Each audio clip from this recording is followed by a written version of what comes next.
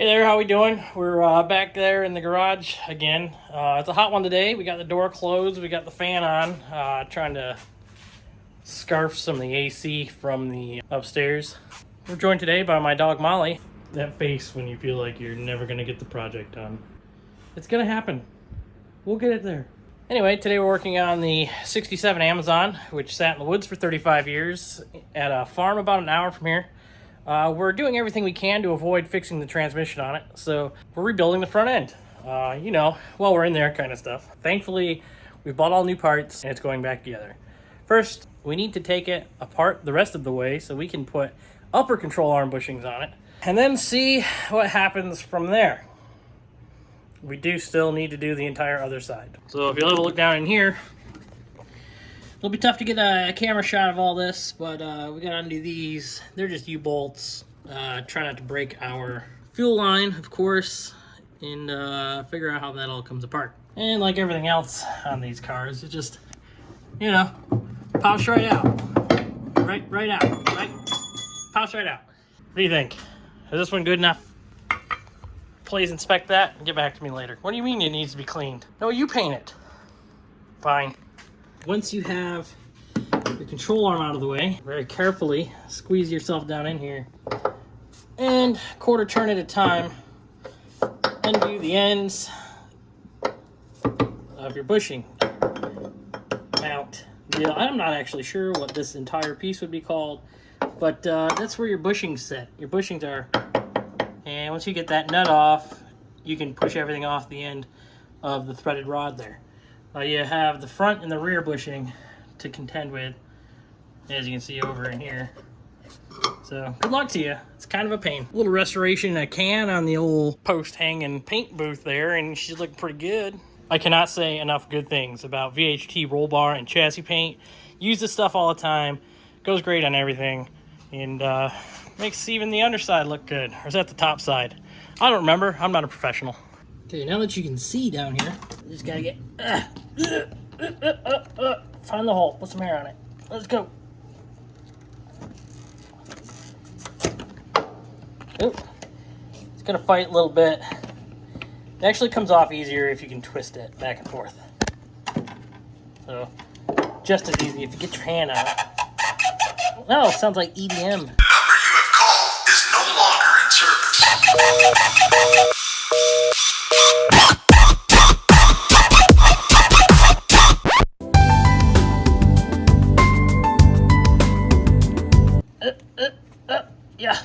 Okay, there we go. Look, it's clean. This thing, however, is shot, and we got to get the metal sleeve off of there. Slap in some vice grips so you got something to hang on to, and pry it apart with a screwdriver, I guess. Yeah. That might be easiest to cut this end off and then push the rest of it through. Try not to cut yourself. Oh goodness. Yeah, no, it doesn't even want to cut. It's hard. It's very, very brittle. Let me revisit this. Okay, you have to excuse the dryer in the background, but what I'm doing is I'm taking a pair of needle nose, getting it shoved up under that lip here. Okay, we're in there, and once you're in this spot, just push in as much as you can, squeeze and twist. It should push right out. Just pops right out. There we go, nailed it. Easy, just pops right out. And then just give it a quick rim job, and you're good to go.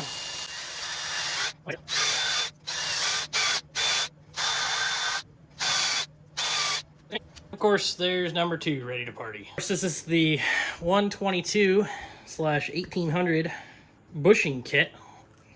So if you're looking for bushings, VP Auto Parts or classic Volvo restorations. Hey, that's coming out pretty good. Can I get a like? Oh, excuse my fingerprints. Shame this man, everybody.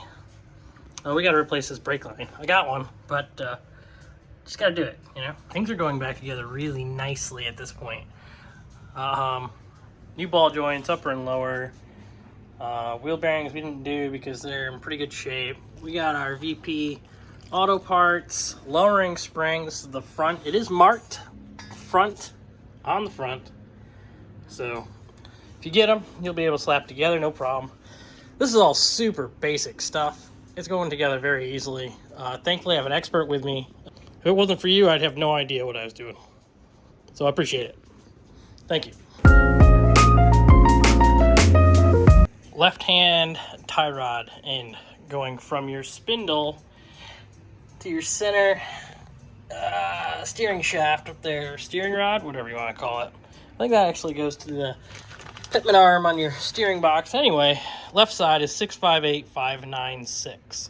New brake lines in. New brakes. Drop springs are in. Bushings are in. I need to double check for that for tightness. Tie rod is in. Let's get a new caliper on this thing. Brand spanking new. Remember, your bleeders go up. That's important to remember. For no particular reason why. You'll figure it out. Great news, I did find my brand new brake pads that I couldn't find when I was rebuilding the brakes for this thing last year. They'll look great on the brand new calipers, on the brand new hardware, on the brand new everything. That's all assembled, looking okay. Brakes are all together. Hardware's all in with new pads. I do need to bleed the brakes. That'll require assistance. I did leave the sway bar link out for now because I have to do the other side and it'll be very challenging to get that link in there if the other side isn't hung like the other side, if you know what I'm saying. Quick side note, if you're in here tearing this thing apart, before you go separating your spindle from the lower control arm or your upper control arm, this spring is under a lot of tension, so grab your jack and put it up under the control arm. That way you have a little control when you lower this thing all down, because you don't want that spring popping out and smacking you in the head. Might knock some sense into you, but if you get hurt, your old lady might be mad. This is more of what I was talking about in the other episode.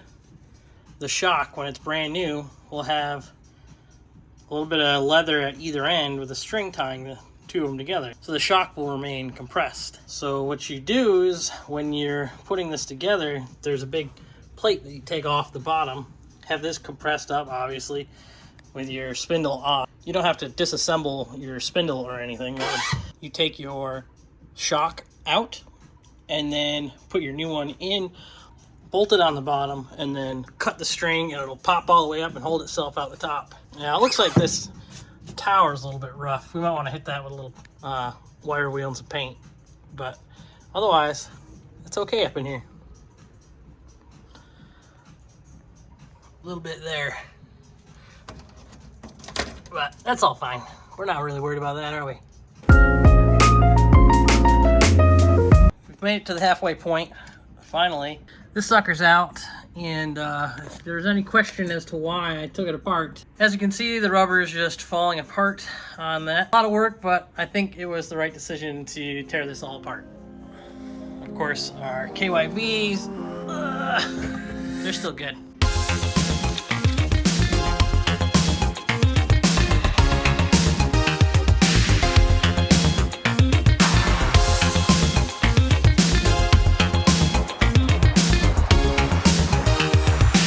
Okay, that sucker is drying. Now we got this mess to figure out. We got to squeeze the bushings out of the end of the control arm here. That's easy enough to do with a pickle fork. I don't have a vise, so I'll be kicking this thing around the garage floor for a while, trying to get those out. And then we'll take some time to paint it, clean it up, that sort of thing. Best way to get this out of here, couple extra inches, a socket, set it there, put it on something sturdy, make sure you're not hammering the bushing into the ground, and give it a pop. This arm is a little too bad to just scrape and paint, I think. We need to get all that out.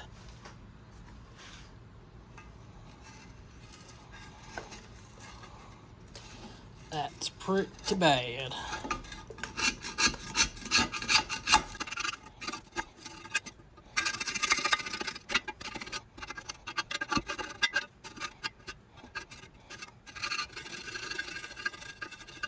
The other control arm took me about 2 hours to clean off.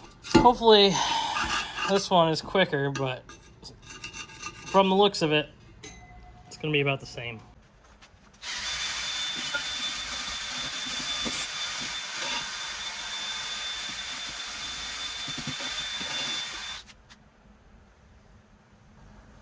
I think I'm just about done with this.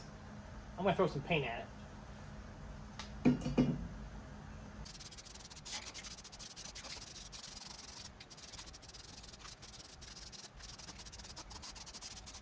Remember, this isn't a concourse restoration here. This is just me in my garage trying to knock some rust off of some old parts.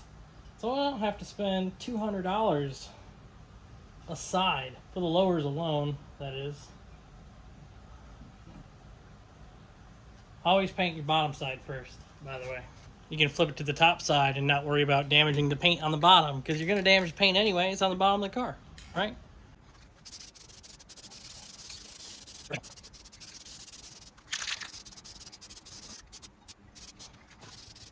There. Good as brand new. So I guess if you wanted to spend $400, you could buy all 4 of them. I don't have that kind of money. Seeing this kind of thing makes me relieved, I guess. This is the bushing sleeve for the upper wishbone. The bushing has definitely seen better days, so it's a good thing we spent the money we did to buy the stuff we did.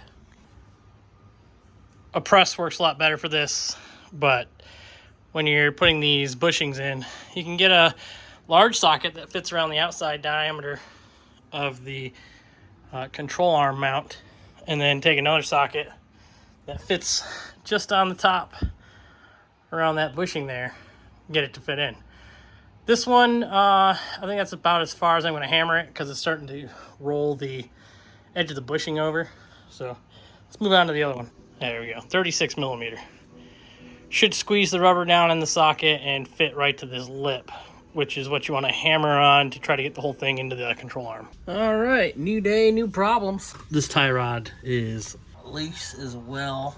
I'll get you a good shot of that.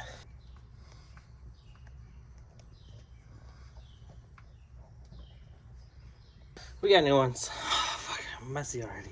It's time for that one to go. Put it with the other good parts. Start putting new stuff on this thing, huh?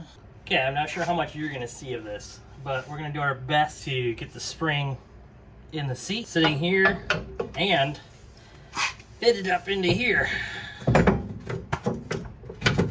Best way to do it is get the jack over there up under the lower control arm. It's gonna mess up your new paint, but you know, it is what it is.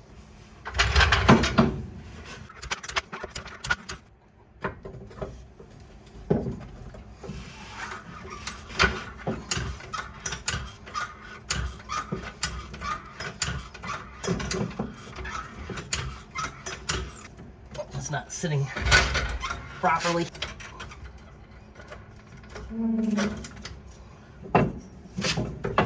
There we go. Okay, make sure you got your nuts. You ready? Oop. Remember, your spindle goes on with the rotor out, because you put the wheel on the outside of the car.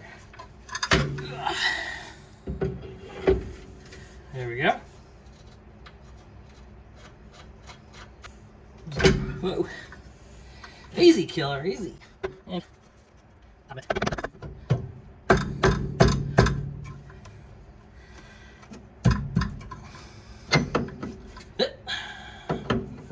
Yeah.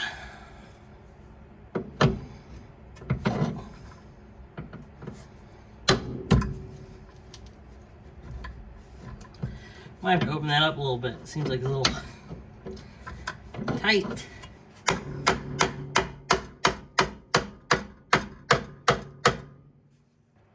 Easy as that, right? What's interesting is they send the new upper hardware, but they don't send a bolt for your upper control arm. What I was doing was lining up this bolt where the notch is on the upper ball joint, the pin that sits in the top of the spindle. So, here we go. Brand spanking newness, right? Next, we have the rear suspension to worry about. You think it's going to be simple? Probably make this its own video.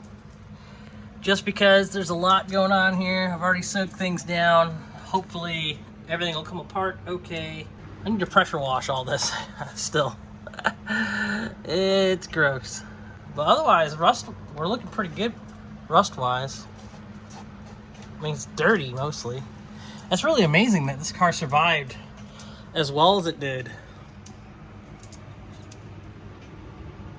I mean, with the exception of the rust holes in the frame. Also, I learned today I need a limiting strap, and my e-brake is Bluetooth.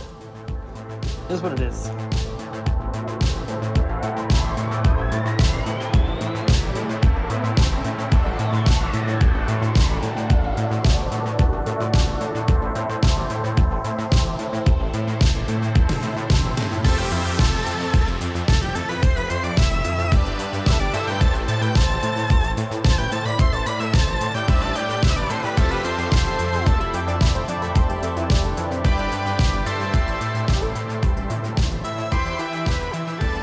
That's gonna be it for this guy. We got the front end together. That's pretty exciting. It looks like the suspension right now is at full droop, in the same position that the car would sit naturally on the original springs. So it should give us maybe 2 inches of drop, which this car kind of rode like a monster truck, and I think because it sat for so long with one wheel in the air, might have stretched the spring out, so to speak. But I want to thank you for stopping by. Thank you for all the likes. Thank you for all the support. Leave a comment. Tell me no. Tell blah, blah, blah, blah. Leave the words down below. Let me know you're here if you made it this far. I appreciate everything. How about you in your garage? You fix something, huh? Have a good night.